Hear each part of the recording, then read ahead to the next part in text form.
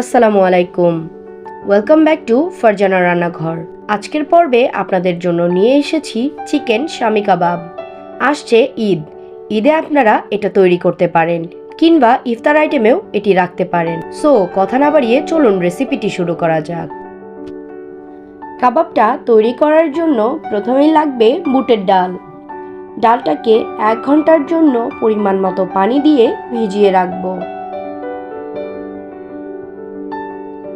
এরপর ডালগুলো খুব ভালোভাবে ধুয়ে নিয়ে এতে অ্যাড করব বিভিন্ন প্রকার ঘরোয়া মশলা। আমি এখানে অ্যাড করছি তেজপাতা, দারুচিনি, সাদা এলাচ এবং লং। এবার দিয়ে দিলাম 1 চা চামচ পরিমাণ গুঁড়ামরিচ, 1/2 চা চামচ পরিমাণের থেকে একটু বেশি হলুদের গুঁড়া, স্বাদ মতো লবণ। তারপর দিয়ে দিলাম 1 চা চামচ পরিমাণ রসুন বাটা, 1 চা চামচ পরিমাণ আদা বাটা ও 1 চা চামচ পরিমাণ জিরা বাটা।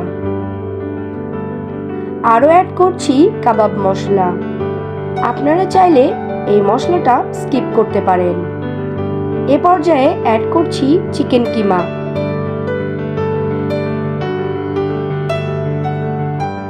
এখন পরিমাণ মতো পানি দিয়ে সবকিছু খুব ভালোভাবে মিশিয়ে নিব।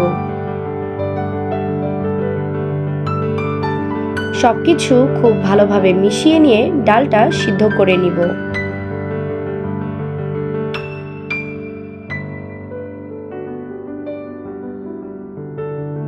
বেশ কিছুক্ষণ রান্না করার পর দেখতেই পাচ্ছেন ডালের পানিটা অনেকটাই শুকিয়ে এসেছে।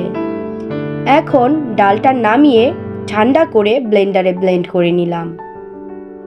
আপনারা চাইলে এই কাজটি ফুড প্রসেসর কিংবা শিলপাটাতেও করতে পারেন।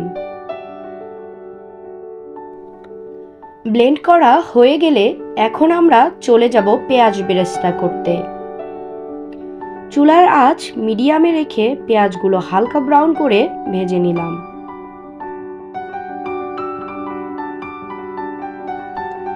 পেঁয়াজ বেরেস্তা হওয়ার পর আমরা এটাকে ঠান্ডা করে নিব।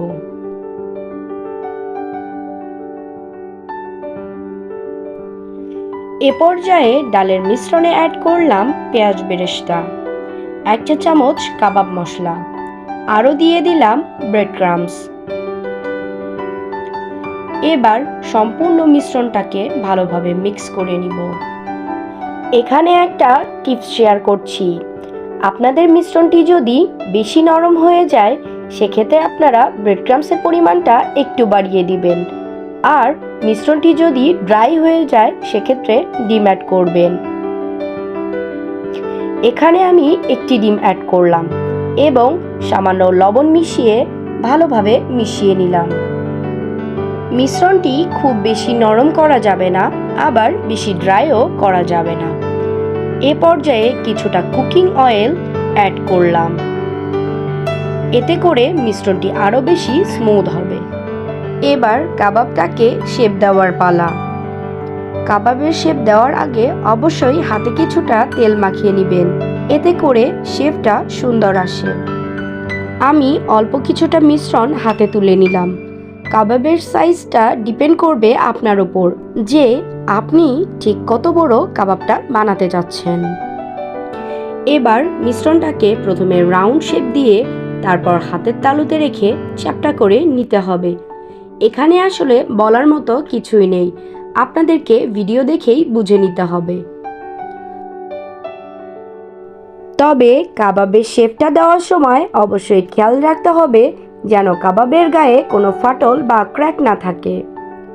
আর যদি কাবাবের গায়ে কোনো ফাটল বা ফাঁকা অংশ থাকে তবে সেক্ষেত্রে হাত দিয়ে মসৃণ করে দিতে হবে।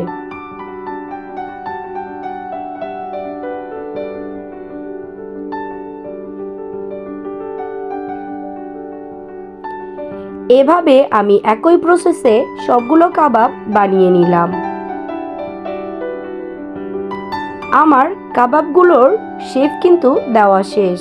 যারা কাবাবগুলো ইনস্ট্যান্ট ভাজতে চান তারা এরকম বানিয়ে নেওয়ার পর ভাজতে পারেন। আর যারা সংরক্ষণ করতে চান তারা এয়ারটাইট বক্সে ভরে ডিপ ফ্রিজে সংরক্ষণ করতে পারেন। এবার আমি প্যানে পর্যাপ্ত পরিমাণ তেল দিয়ে দিয়েছি। তেলটা ভালোভাবে গরম হয়ে আসলেই আমি এতে অ্যাড করলাম কাবাবগুলো।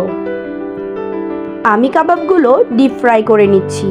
ডিপ ফ্রাই করলে কাবাবগুলোর কালারটা অনেক সুন্দর আসে। তবে আপনারা চাইলে শ্যালো ফ্রাইও করতে পারেন। শ্যালো ফ্রাই করলে কাবাবগুলোর কালারটা একটু ডিফারেন্ট আসে। আর খেয়াল রাখবেন, আপনারা কিন্তু একসাথে অনেকগুলো কাবাব ভাজতে যাবেন না।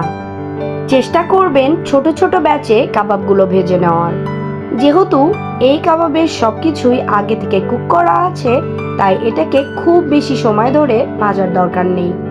কাবাবের বাহিরটা যখন আপনাদের পছন্দ মতো কালার চলে আসবে, তখনই এটাকে তেল থেকে তুলে ফেলবেন।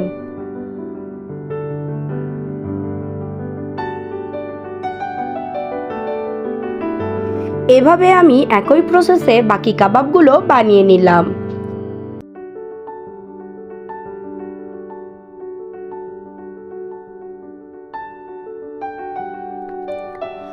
আমার সবগুলো কাবাব বানানো শেষ। এই কাবাবটাকে কিন্তু আপনারা স্ন্যাক্স হিসেবেও খেতে পারেন, কিংবা বিয়েবাড়ি বলেন অথবা হালকা নাস্তায়ও শামি কাবাবের সত্যি কোনো জুড়ি হয় না। এখন আমি একটি কাবাব আপনাদেরকে ভেঙে দেখাচ্ছি। দেখতেই পাচ্ছেন কাবাবটা কতটা সুন্দর হয়েছে। আশা করি রেসিপিটি আপনাদের ভালো লেগেছে। বাসায় রেসিপিটি ট্রাই করে অবশ্যই কমেন্ট বক্সে আমাকে জানাবেন। এরকম আরও সহজ সহজ রেসিপি পেতে অবশ্যই চ্যানেলটি সাবস্ক্রাইব করবেন এবং লাইক কমেন্ট শেয়ার করে আমার চ্যানেলের সঙ্গেই থাকবেন। আজকের মতো এখানেই শেষ করছি। দেখা হবে অন্য কোনো ভিডিওতে। ততক্ষণ পর্যন্ত ভালো থাকবেন। আল্লাহ হাফেজ।